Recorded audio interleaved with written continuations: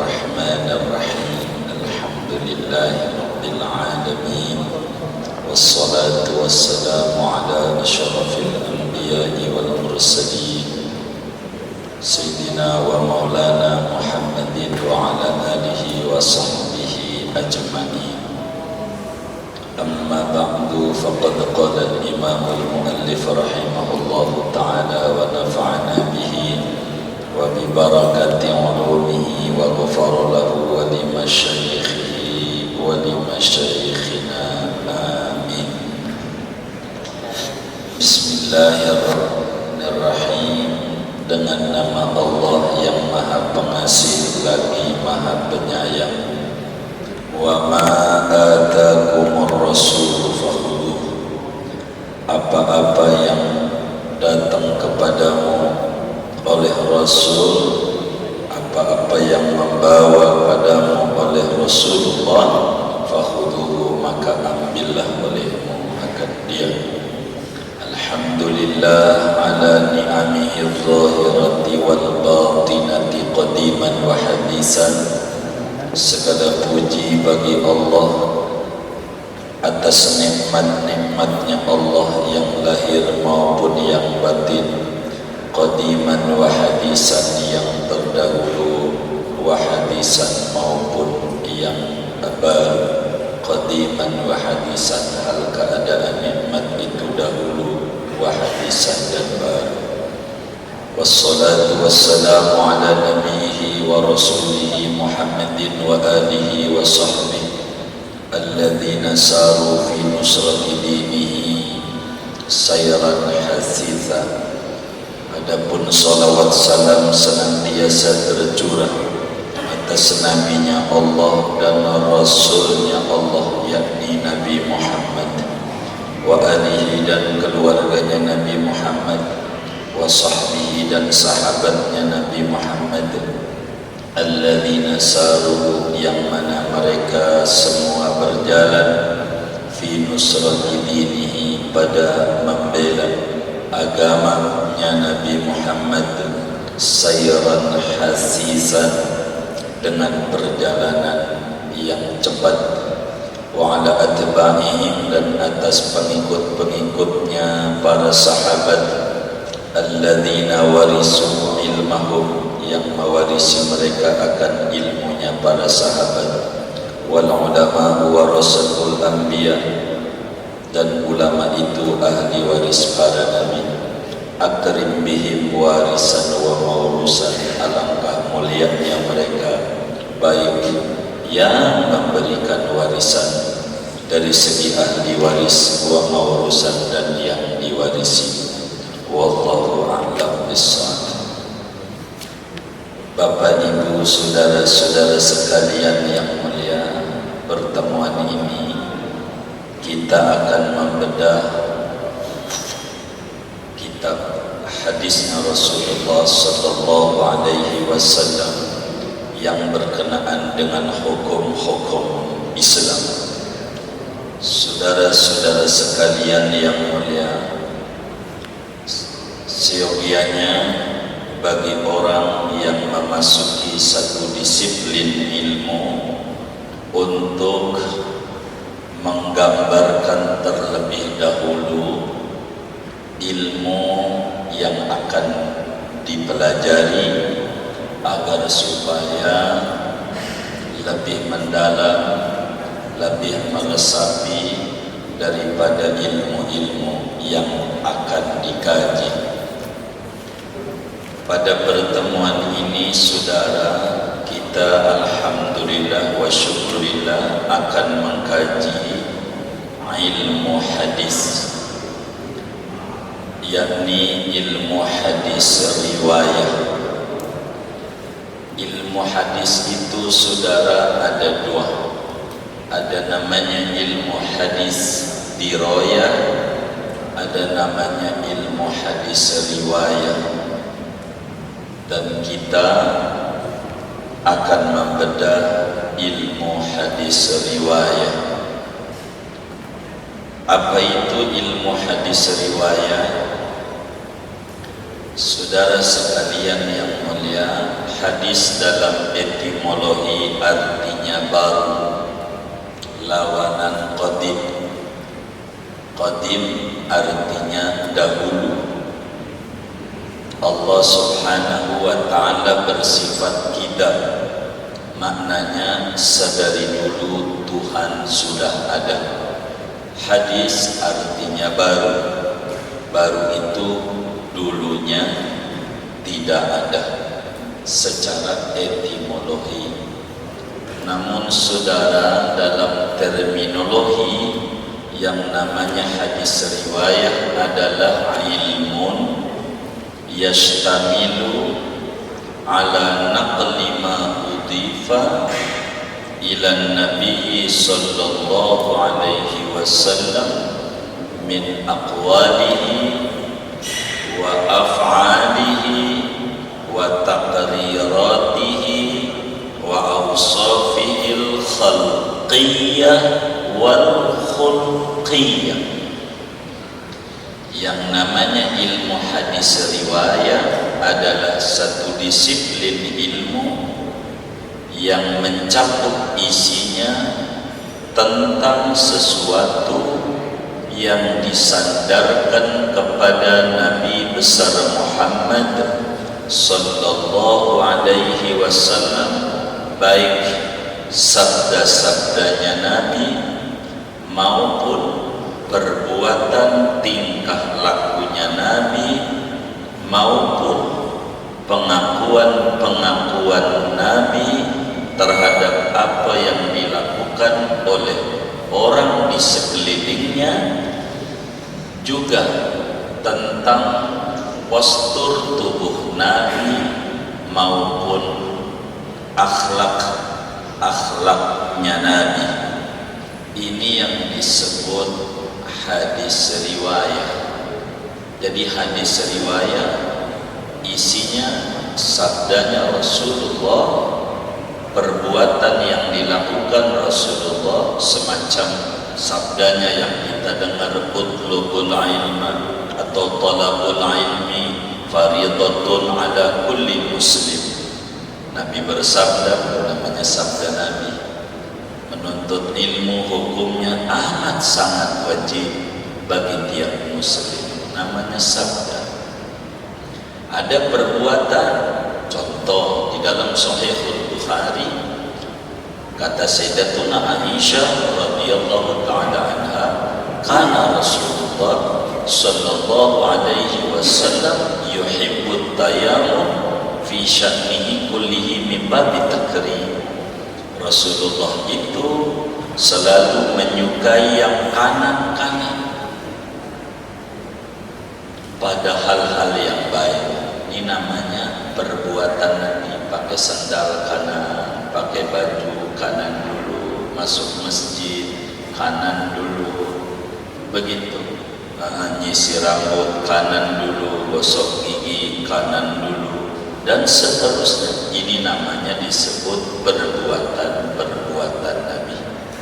Begitu seterusnya. Ini namanya ilmu hadis riwayah.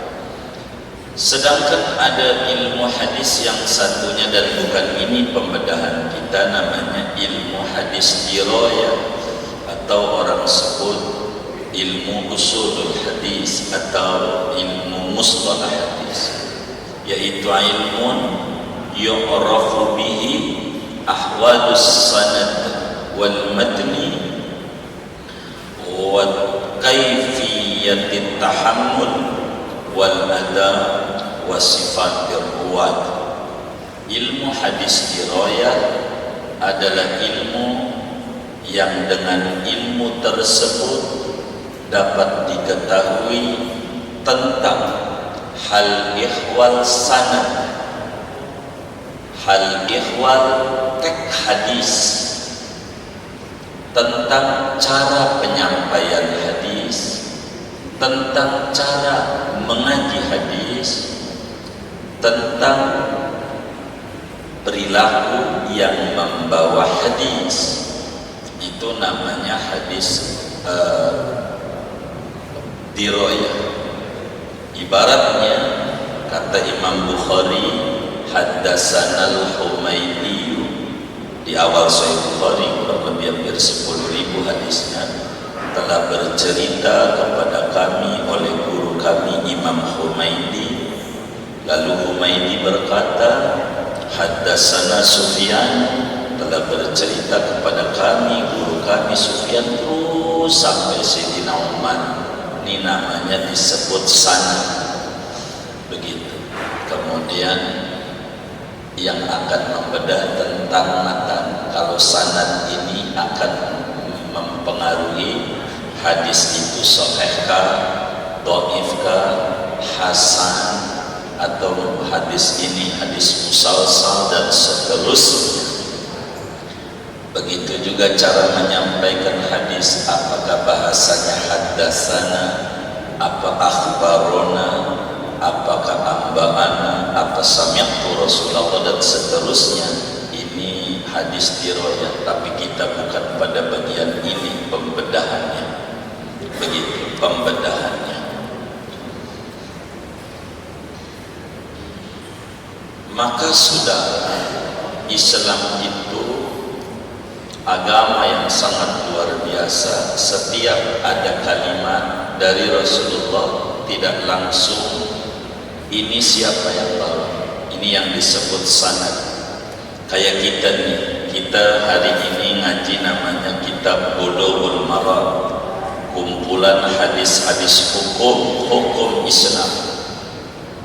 Ini ada sanadnya, sampailah pengarang namanya Imam Ibnu Hajar Al-Asqalani, ulama yang wafat tahun 852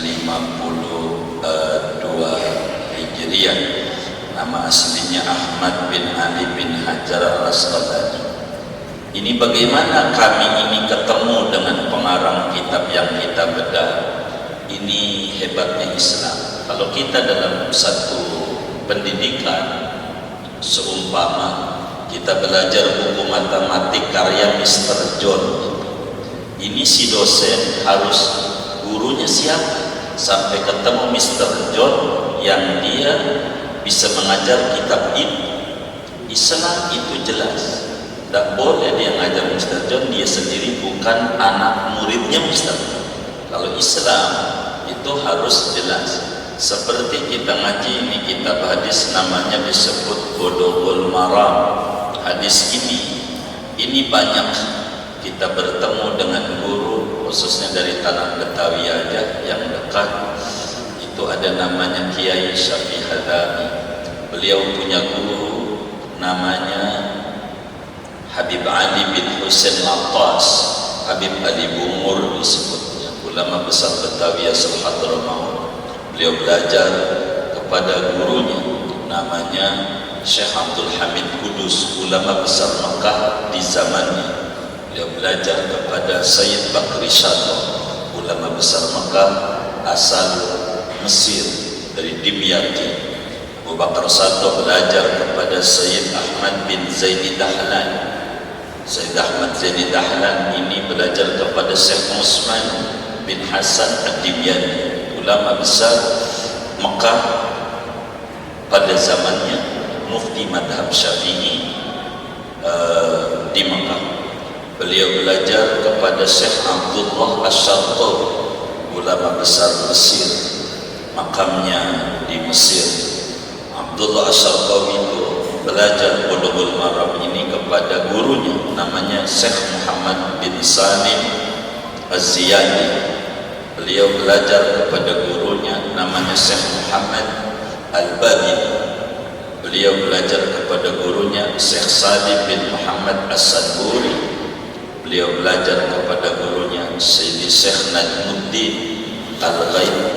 Beliau belajar kepada gurunya Syekhul Islam Zakaria Al-Ansari, makamnya di Mesir, dan belajar kepada pengarang kitab yang kita bedah ini namanya Imam Ibnu Hajar Al-Asqalani. Dan kami bersama teman-teman majelis, alhamdulillah wa syukurillah, bukan sekedar mengkaji kitabnya, kita berziarah ke makam pengarang kitab yang kita bedah ini di Mesir, di Fustat, tidak jauh daripada makam seorang mujtahid besar, Imam Syafi'i dan Imam Lais bin Sa'ad. Di tengah-tengah antara itu makam pengarang kitab yang kita bedah ini namanya Ibnu Hajar Al-Asqalani. Saudara sekalian, lalu apa maudhu'nya, objek bahasan daripada hadis riwayat saudara? Yaitu objek bahasanya dzatuhu sallallahu alaihi wasallam, sosoknya Nabi besar Muhammad sallallahu alaihi wasallam, ditinjau dari sabdanya, perbuatannya, pengakuannya, postur tubuhnya dan juga akhlak-akhlaknya. Lalu apa buah dan manfaat daripada kita belajar ilmu hadis riwayat? Saudara sekalian, buah dan manfaatnya tentu al-fauzu bi sa'adatid darain.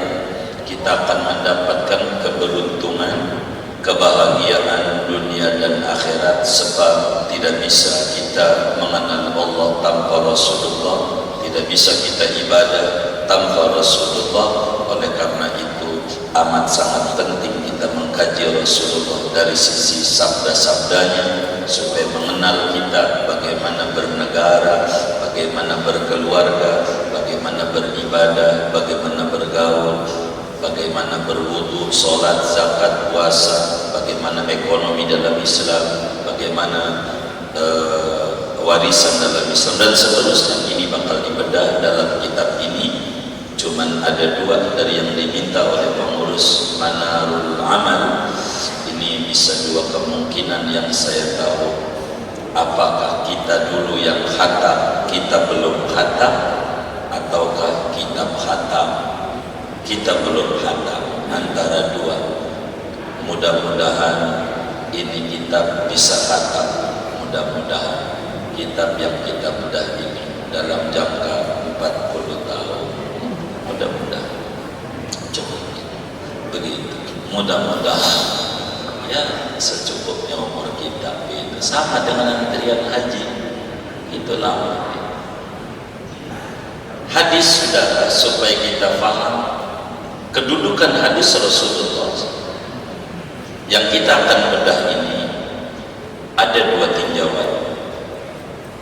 Karena ujungnya adalah Al-Quran sebagai sumber hukum pertama,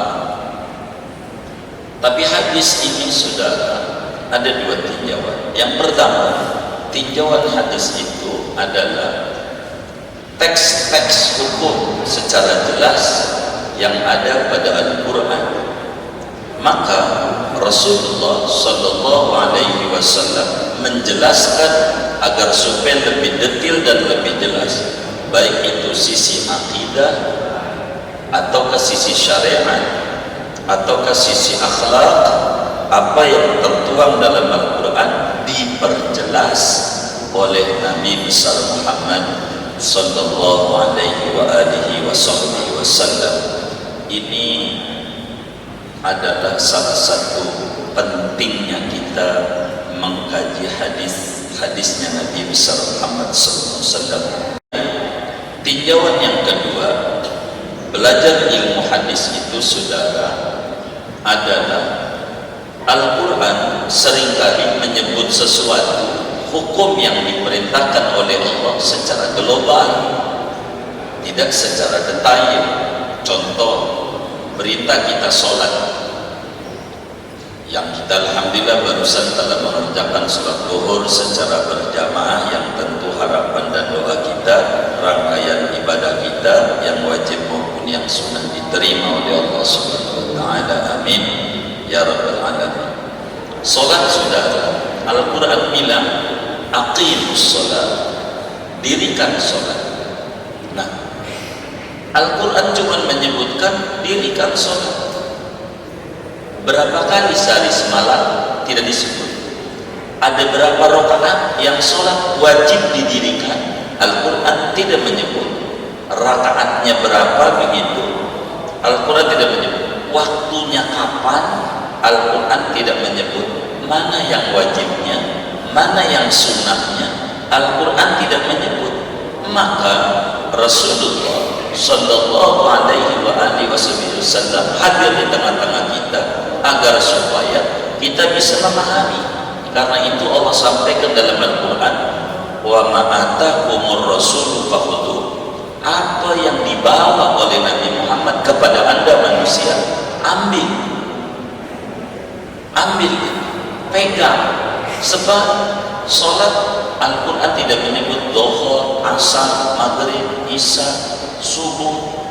Dhuhr 4 rakaat, Asar 4, Maghrib 3. Itu tidak menyebut itu. Bagaimana sholatnya, permulaannya mana, akhirnya mana, apa yang dilarang, apa yang perlu dikerjakan, mana yang sunnah, mana prinsip, mana teknis, tidak menyebutkan. Maka kehadiran Rasulullah SAW menjelaskan secara definitif, secara terperinci perintah daripada mendirikan sholat ini. Ini salah satu kedudukan hadis betapa penting untuk didalami oleh seorang anak manusia, lebih-lebih seorang muslim. Zakat umpama, wa atuz zakat, bayarlah zakat. Al-Quran tidak menyebutkan barang apa yang harus dizakati. Apakah baju kudu zakat? Begitu. Celana kudu zakat. Apa yang harus dizakati? Tidak menyebutkan secara detail tentang zakat ini. Berapa minimum harta wajib zakat? Kapan mengeluarkannya?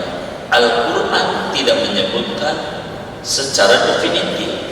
Sebab secara global, analoginya saudara, seperti undang-undang dasar UUD di dalam negara kita, itu tidak menyebutkan nanti ada kampus namanya Mercubuana, tidak menyebut, ini turunan begitu dari sebuah undang-undang dasar begitu. Atau di dalam Pancasila yang tidak menyebutkan bagaimana ini cara kita berdemokrasi, hanya menyebutkan sila keempat.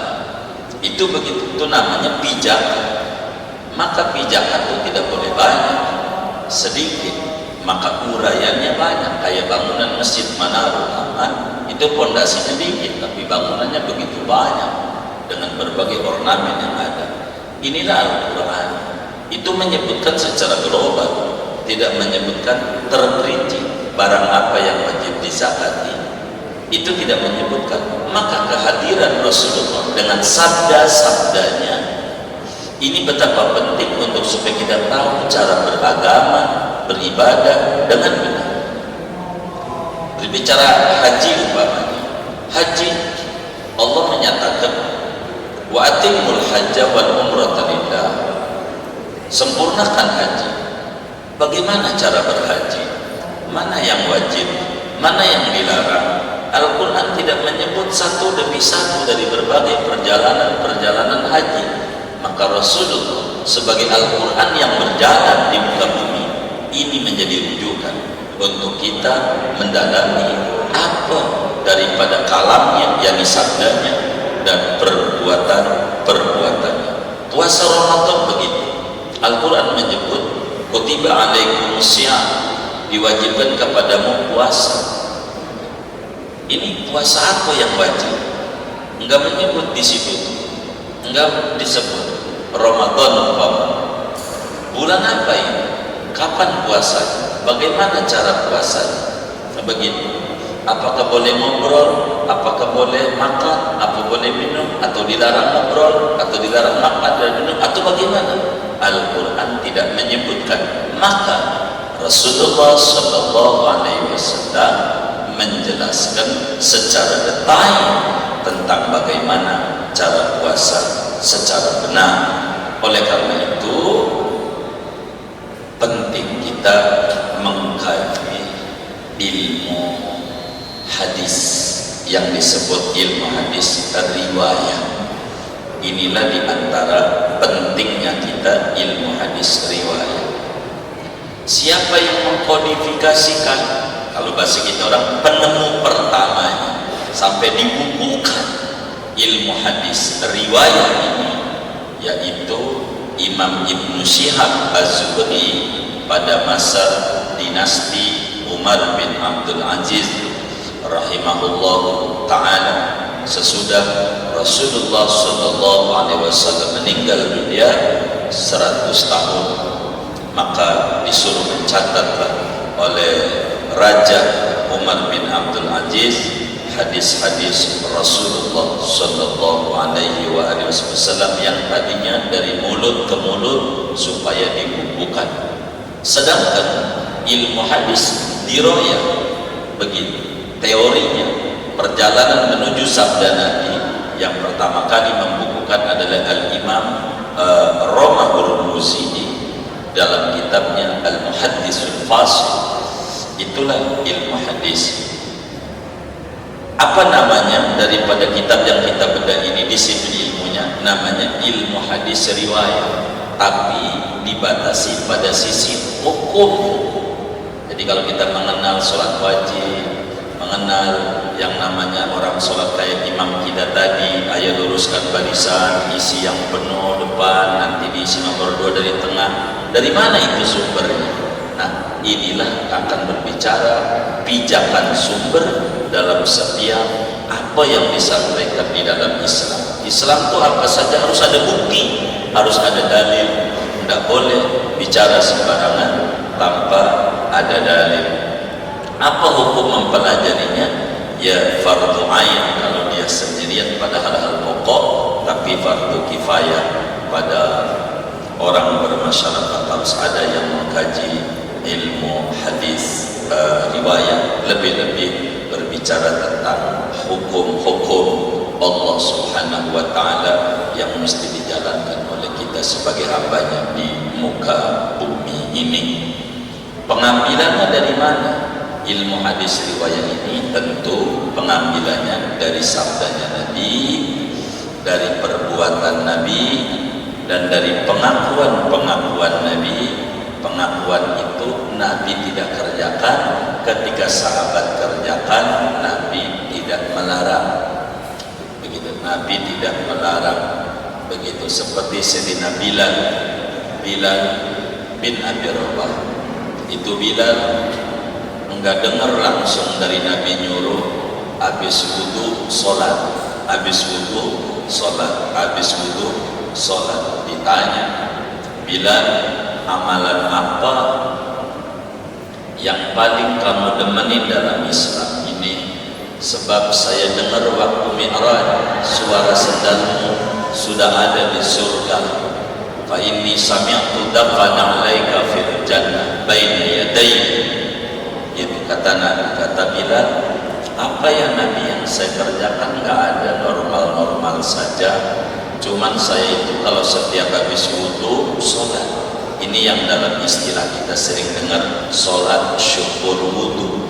Ini enggak disuruh secara langsung oleh Nabi, tapi Bilal mengerjakan dan Nabi akui iakan. Ini namanya takriratul Mustafa, pengakuan dari apa yang dilakukan oleh sahabat-sahabatnya. Begitu. Inilah di antara sekelumit pokok-pokok dasar dari apa kitab yang akan kita bedah ini, saudara-saudara sekalian. Jadi bila kita sering mendengar asik pada nyanyian-nyanyian artis, kita asik pada kalam-kalamnya pembawa-pembawa berita politik macam-macam, maka lebih asik lagi kalau kita faham bila kita mendengar kalamnya manusia termulia seantero sejagat raya, yaitu kalamnya Nabi besar Muhammad sallallahu alaihi wa alihi wasallam, yang akan kita bedah ini dengan mengambil rujukan kitab Bulughul Maram min Adillatil Ahkam, tentang dalil-dalil dalam setiap hukum-hukum yang ada daripada hukum-hukum Islam. Semuanya insya Allah pelan-pelan kita akan bedah. Tapi berdasarkan tadi pengurus masjid Ustaz Haji Jamil menyampaikan 25 menit Ini udah lebih dari tadi. Jadi saya mau tutup saja biar nggak dosa, karena dibatasi 25 menit. Udah lewat dari 25 menit. Saya hanya baru berbicara pembuka. Pertemuan mendatang kita akan berbicara kenapa kitab kita ini diawali dengan Bismillah, atau barangkali karena kajiannya di kampus mau dipotong langsung materi, ya kita ngomongin hadis pertama pada mendatang kami ikut. Tapi kalau pengen barokah dalam sebuah kajian, nggak boleh loncat-loncat kayak kodok begitu. Kita ngaji hadis setahap, nggak perlu banyak-banyak. Sekelumit ini sebagai pengantar daripada ilmu hadis riwayat yang nanti akan kita bedah ke depan. Kurang lebih demikian. Ada tanya jawab? Oh ya, baik. Itu bukan jamaah.